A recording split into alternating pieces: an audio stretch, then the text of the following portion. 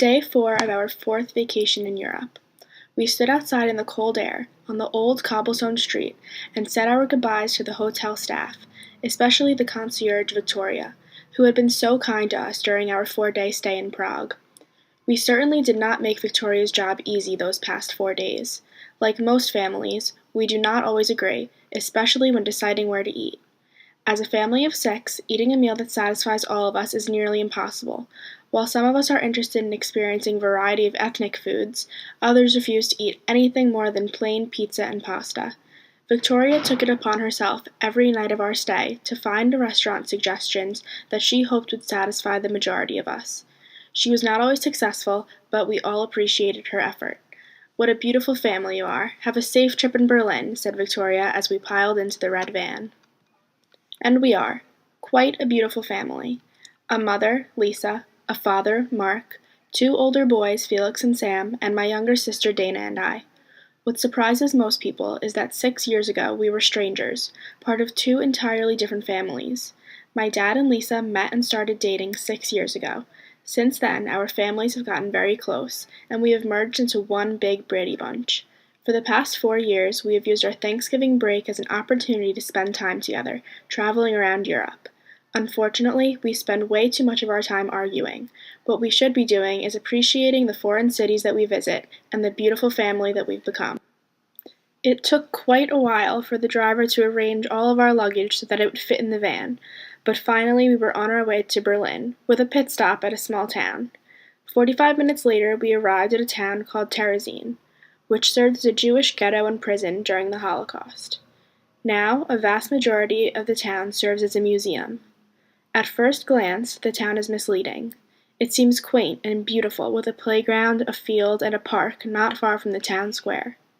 The buildings are all painted pretty pastel colors, making it seem as if it were a place where people once lived happily. We walked a few blocks from where the van let us out and into one of the yellow pastel-painted buildings. This building held the replica of the space that the Jews lived in while staying in Terezin. We had all seen pictures or even movies that depict these living conditions, but seeing it in person, to scale, was different. The bedroom was fairly large, but dark and very cluttered. Clothes were hung to dry from strings that swept across the ceiling. Bunk beds with not 2, but 3 bunks lined the perimeter of the room as well as down the center. The bunks were packed in so tight that there was very little space to walk around.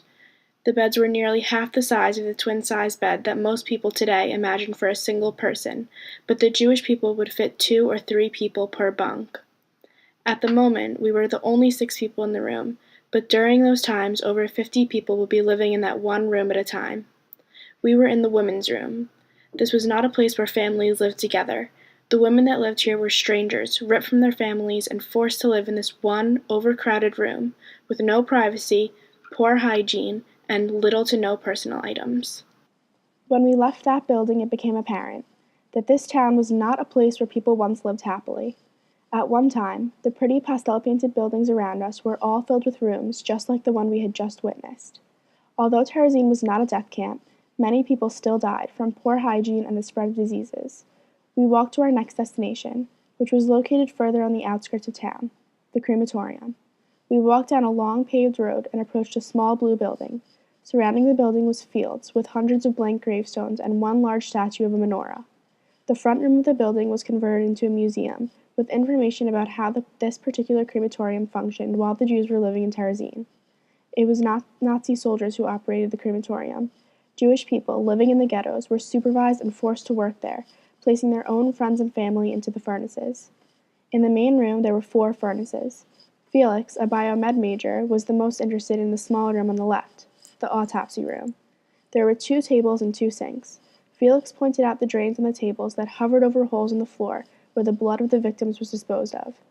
On the tracks of the furnaces were flowers and lit candles that were left by past visitors to honor the memories of the victims who passed away while living in Terezin. Lisa bought a candle and Sam lit it, putting it alongside the others. As a Jewish family, this experience was very personal. We began imagining ourselves in the situation of the Jewish people who lived here in the past. Lisa reminded Sam and Felix that even though their dad was not Jewish, they would still have been considered Jews during the Holocaust. We even started to joke about which one of us the Nazis would have taken first, using humor as an escape from the sad and uncomfortable situation we were in. But I think we all started realizing how awful it would be to be separated. The sun started falling and the temperature was dropping noticeably, so we walked briskly back towards the van to continue our drive to Berlin. I think we all felt fortunate to have the opportunity to witness this town, but we were also happy to be leaving. As we piled back into the van, we realized that it was nearly 6:30, and we hadn't eaten since noon. Normally, this would be a time that we all started arguing. Felix would want to go to a restaurant where he could taste real German food, like pork meat or fried rabbit, and my dad and Sam would cringe at the thought and settle only for a simple Italian restaurant. In this case, we all agreed that we did not want to stay in Terezin a minute longer, and so my dad left it up to our driver to pick a place for us to stop for a meal on the way to Berlin. It was a game of restaurant roulette, but after a long day in Terezin, none of us were very concerned with what our next meal would be. 30 minutes later, the van pulled over and we approached a small, off-the-beaten-path, authentic German restaurant. Felix couldn't be happier because he felt this was his way of experiencing the culture. However, my dad and Sam entered with low expectations on finding a meal that they would enjoy. Unlike in the major cities, the staff did not speak much English, but luckily the menu was translated. We sat down and the strangest thing happened. We all began looking at the menu, but for each other instead of ourselves. "Oh, look, Sam, they have buffalo wings," I said. "Felix, they have pork meat you've wanted to try," Lisa nearly shouted. My dad told me to check out the salmon dish, and Sam pointed out the Caesar salad to Dana. Finally, after 5 minutes of reading the menu aloud to each other, Dana said, "Stop. Stop looking at the menu for everyone else and just decide what you want." And she was right. We were all strangely concerned with each other's satisfaction, contrary to our usual behavior. As it turned out, there was something on the menu that everyone enjoyed. In fact, we all agreed that it was the best meal we had the entire vacation. I think that visiting Terezin made us appreciate each other more. I mean, we managed to get through a meal without a single unhappy member, and that may never happen again. The experience reminded us that at any point in time we could lose each other, just like the Jewish families who lived in Terezin were torn apart.